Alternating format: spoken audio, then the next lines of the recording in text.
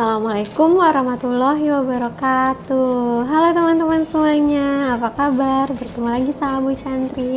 Nah teman-teman, di video kali ini Bu Chantri mau membahas tentang manajemen emosi, yaitu mengelola marah. Nah sebelumnya Bu Chantri mau nanya, siapa yang pernah marah? Ya pasti pernah ya, Bu Chantri pun pernah. Ya, siapa yang hobinya marah-marah? Nah, jangan ada yang angkat tangan ya, semoga nggak ada ya. Kadang kita sebagai manusia teman-teman emang nggak bisa nahan marah kita, tapi sebaiknya kita jangan sampai menjadi orang yang pemarah ya teman-teman ya. Jadi sekarang kita akan membahas tentang bagaimana cara mengelola marah ya. Sebelum itu mari kita tonton video dari Nusa dan Rara. Selamat menonton. Assalamualaikum Mama. Assalamualaikum Mama. Waalaikumsalam. Gimana ngajinya? Alhamdulillah, Nusa udah setor 1 surah.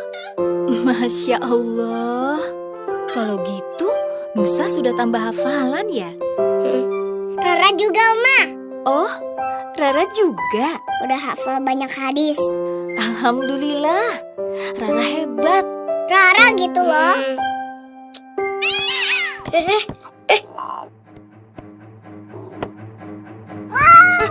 Anta! Stop. Jangan gerak.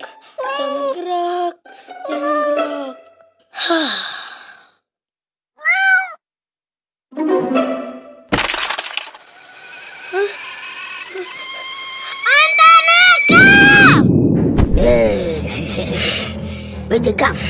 Bejekam.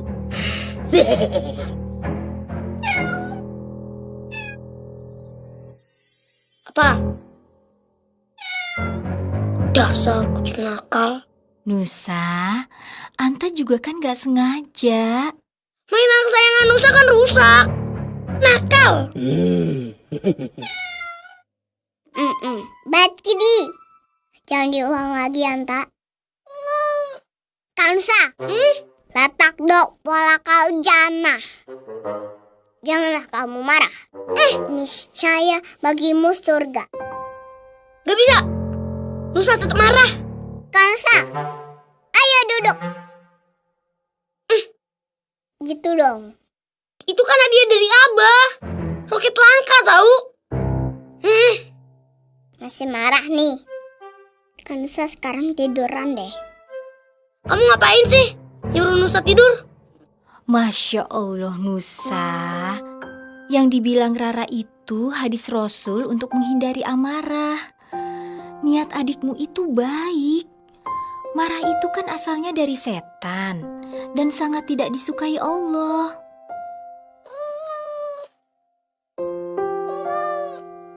Kalau Kansa masih marah, kakak ambil wudhu deh.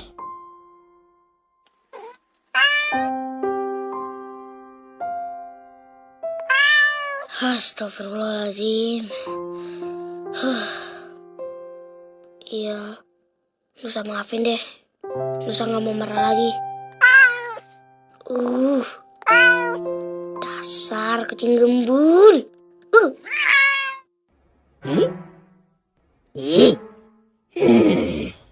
Dimban tidak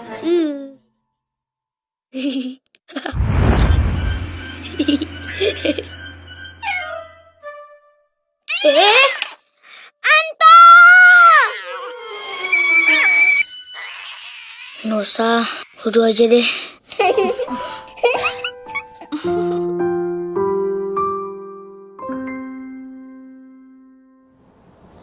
Nah teman-teman udah lihat kan tadi video Nusa dan Rara. Nah mari kita bahas tentang marah.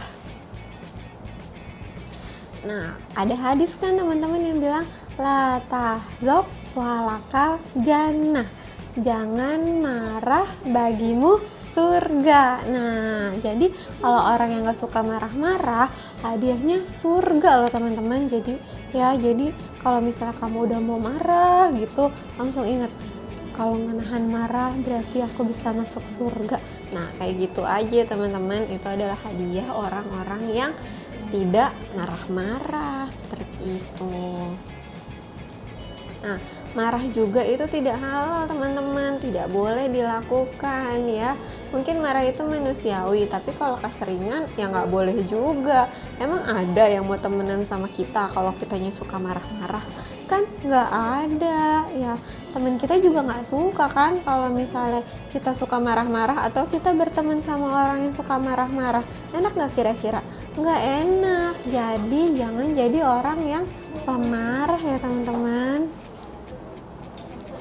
Lalu dari Abu Ayyub Al-Ansari radhiyallahu anhu bahwasanya Rasulullah Shallallahu alaihi wasallam bersabda, tidak halal bagi seorang muslim mendiamkan saudaranya lebih dari 3 malam.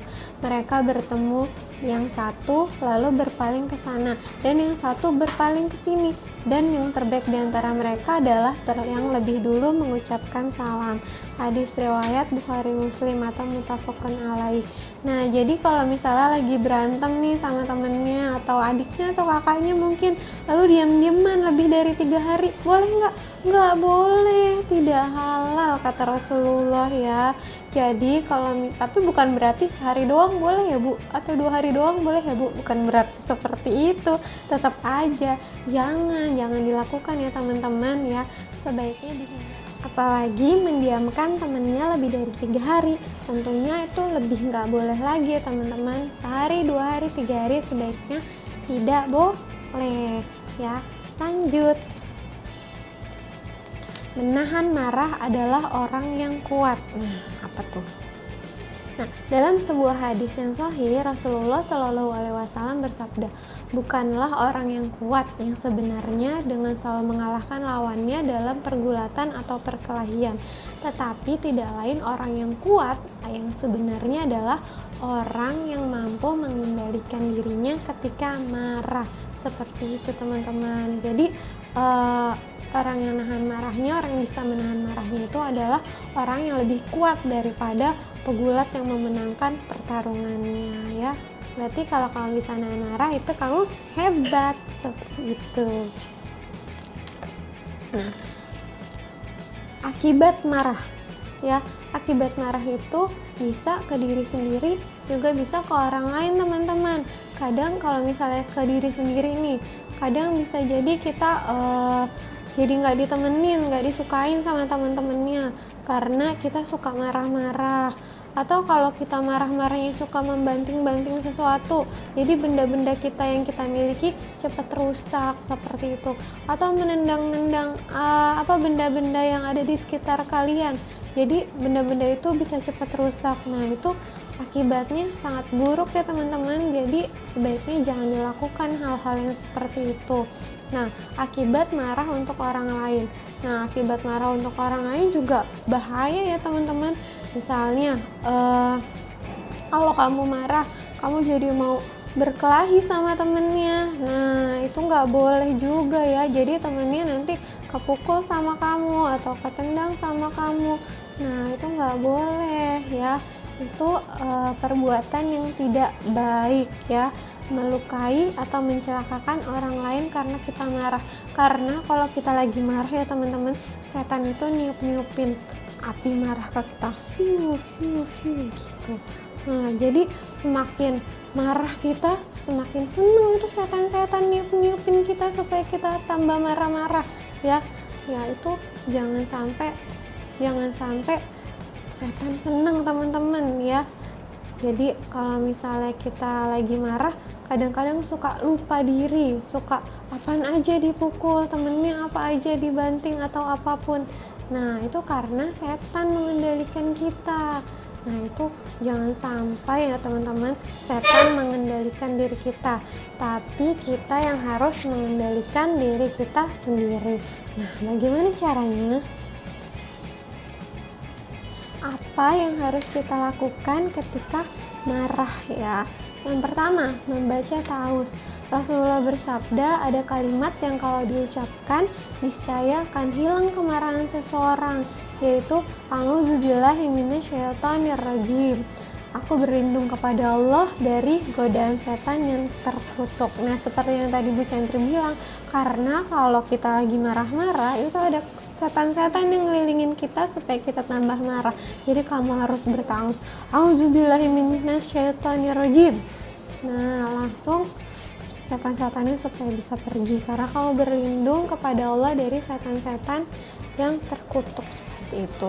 Yang kedua, kalau misalnya masih tetap marah, pas sudah tahu kamu masih tetap marah, yaitu berwudu ya. Rasulullah bersabda, kemarahan itu dari setan, sedangkan setan tercipta dari api.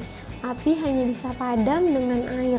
Maka kalau kalian marah, berwudulah. Itu hadis riwayat dari Abu Daud. Jadi kalau misalnya tahu nggak mempan, kalian langsung ambil air untuk berwudu. Nah, lalu kalau misalnya Chandra aku masih tetap marah, nah lalu kalian bisa mengubah posisi. Mengubah posisi maksudnya gimana? Dalam sebuah hadis dikatakan kalau kalian marah maka duduklah. Jadi kalau kalian lagi berdiri terus kalian marah, kalian duduk. Kalau kalian marahnya nggak hilang juga, maka berbaring atau tiduranlah. Itu ya. Jadi step-stepnya, tahapan-tahapannya, pertama taus, kalau masih marah juga berwudu, kalau misalnya masih marah juga kamu mengubah posisi, yang tadinya berdiri jadi duduk, kalau yang tadi duduk jadi berbaring, seperti itu. Lalu ada lagi nih step selanjutnya, kalau masih marah juga kamu diam ya. Dalam sebuah hadis dikatakan, ajarilah orang lain, mudahkan, jangan mempersulit masalah. Kalau kalian marah maka diamlah. Jadi karena kalau kita marah kadang kita nggak bisa ngontrol perkataan kita, jadi ngomong terus sehingga bisa menyakiti orang lain. Itu bahaya ya teman-teman, kalau temennya tersakiti karena kata-kata kita yang sedang marah. Jadi kalau kalian lagi marah mendingan diem aja ya. Diam, jangan sampai kalian melontarkan, mengatakan kata-kata yang kasar yang bisa menyakiti hati orang lain, hati temannya, adik kamu, kakak kamu, atau orang tua kamu. Jangan sampai seperti itu. Lalu nih yang terakhir banget, kalau semuanya udah dilakukan tapi masih tetap marah, bersujud. Maksudnya gimana? Artinya kamu sholat sunnah minimal 2 rakaat. Dalam sebuah hadis dikatakan, ketahuilah sesungguhnya marah itu adalah bara api dalam hati manusia. Tidakkah engkau melihat merahnya kedua matanya dan tegangnya urat darah di lehernya? Maka barang siapa yang mendapatkan hal itu, maka hendaklah yang menempelkan pipinya di tanah atau bersujud. Hadis riwayat Tirmizi. Jadi kalau misalnya udah semuanya udah sangat marah dilakukan tadi, dari membaca ta'awuz, duduk, berwudu, mengubah posisi, dia masih aja marah, kalian lebih baik bersujud atau salat 2 rakaat. Semoga Allah menghilangkan amarah dari dalam diri kalian. Seperti itu teman-teman. Nah, mungkin sekian dulu pembahasan kita kali ini tentang marah dan bagaimana cara mengelola marah. Nah, setelah itu kamu bisa, kalau misalnya ada yang mau ditanyakan, silahkan dicatat, lalu nanti ditanyakan ya ke Bu Chantri ya, boleh secara langsung atau via Google Classroom, seperti itu. Oke teman-teman, sekian dulu dari Bu Chantri. Mohon maaf jika ada kesalahan. Wabillahi taufiq wal hidayah. Wassalamualaikum warahmatullahi wabarakatuh. Sampai jumpa teman-teman.